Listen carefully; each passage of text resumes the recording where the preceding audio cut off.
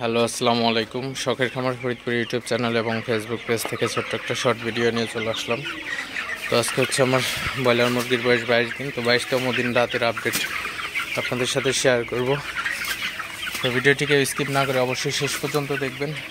যারা YouTube channel থেকে দেখতেছেন অবশ্যই চ্যানেলটি সাবস্ক্রাইব করে দিবেন, ভিডিওটি লাইক, কমেন্ট এবং শেয়ার করে অন্য ভাইদের দেখার সুযোগ করে দিবেন।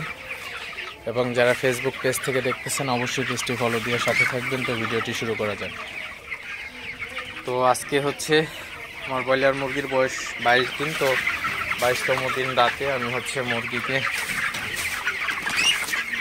পানি দিয়ে দিলাম, একদম মোটর থেকে যে গরম পানিটা আসে, তো ওই পানিটার সাথে হচ্ছে আমি গ্রোথ প্রমোটার দিয়ে দিছি। তো আজকে হচ্ছে গ্রোথ প্রমোটারের ডোজ আমি শেষ করলাম আসলে।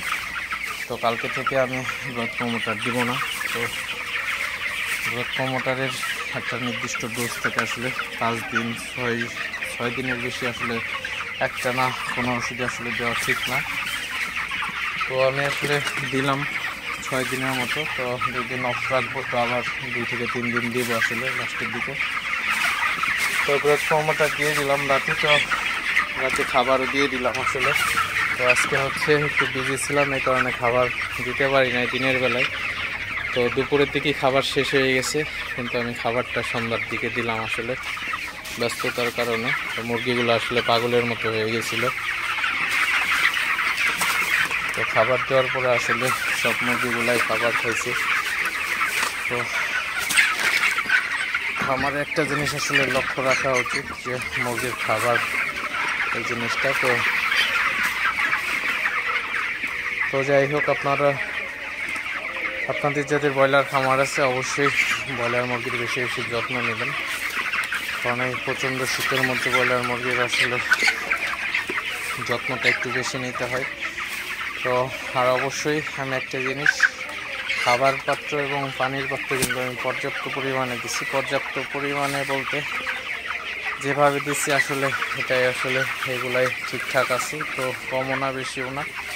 তো এইভাবে আসলে আপনারা যদি একটা খাবার পাত্র একটা পানির পাত্র আপনারা দেখেন, একটা খাবার পাত্র এবং একটা পানির পাত্র, একটা খাবার পাত্র একটা পানির পাত্র, আসলে এইভাবে দিলে হয় কি আপনার মুরগির খাবার এবং পানি একই সাথে খাইতে পারে, মুরগির তেমন কোনো সমস্যা হয় না আসলে, মুরগির গ্রোথটা ভালো থাকে আসলে। পানি খাবার যদি আপনি সমভাবে খাইতে পারে তো সেক্ষেত্রে কিন্তু মুরগির ওজনটা মাশাআল্লাহ খুবই ভালো থাকে।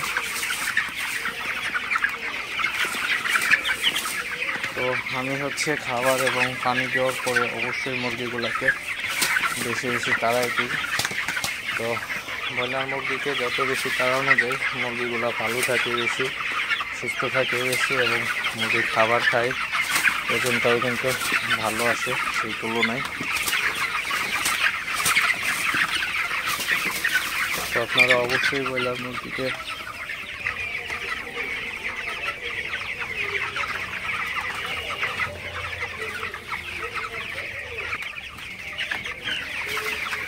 আপনারা যারা ব্রয়লার খামারি আছেন অবশ্যই ব্রয়লারের বেশি বেশি যত্ন নেবেন। তো ভালো যত্নের মাধ্যমে আসলে ভালো ফলাফল পাওয়া যায়। তো মুরগিগুলা যেখানে বসে থাকে ওই মুরগিগুলাকে বেশি তাড়াই দিবেন। তো আপনারা দেখতে পাচ্ছেন আমার মুরগিগুলা তাড়াই দিতেছি। তো মুরগিগুলাকে তাড়াই না দিলে কিন্তু মুরগি বসে থাকবে, মুরগির খাবারটা কম খাবে, সেক্ষেত্রে গ্রোথটা কিন্তু আপনার কম আসবে।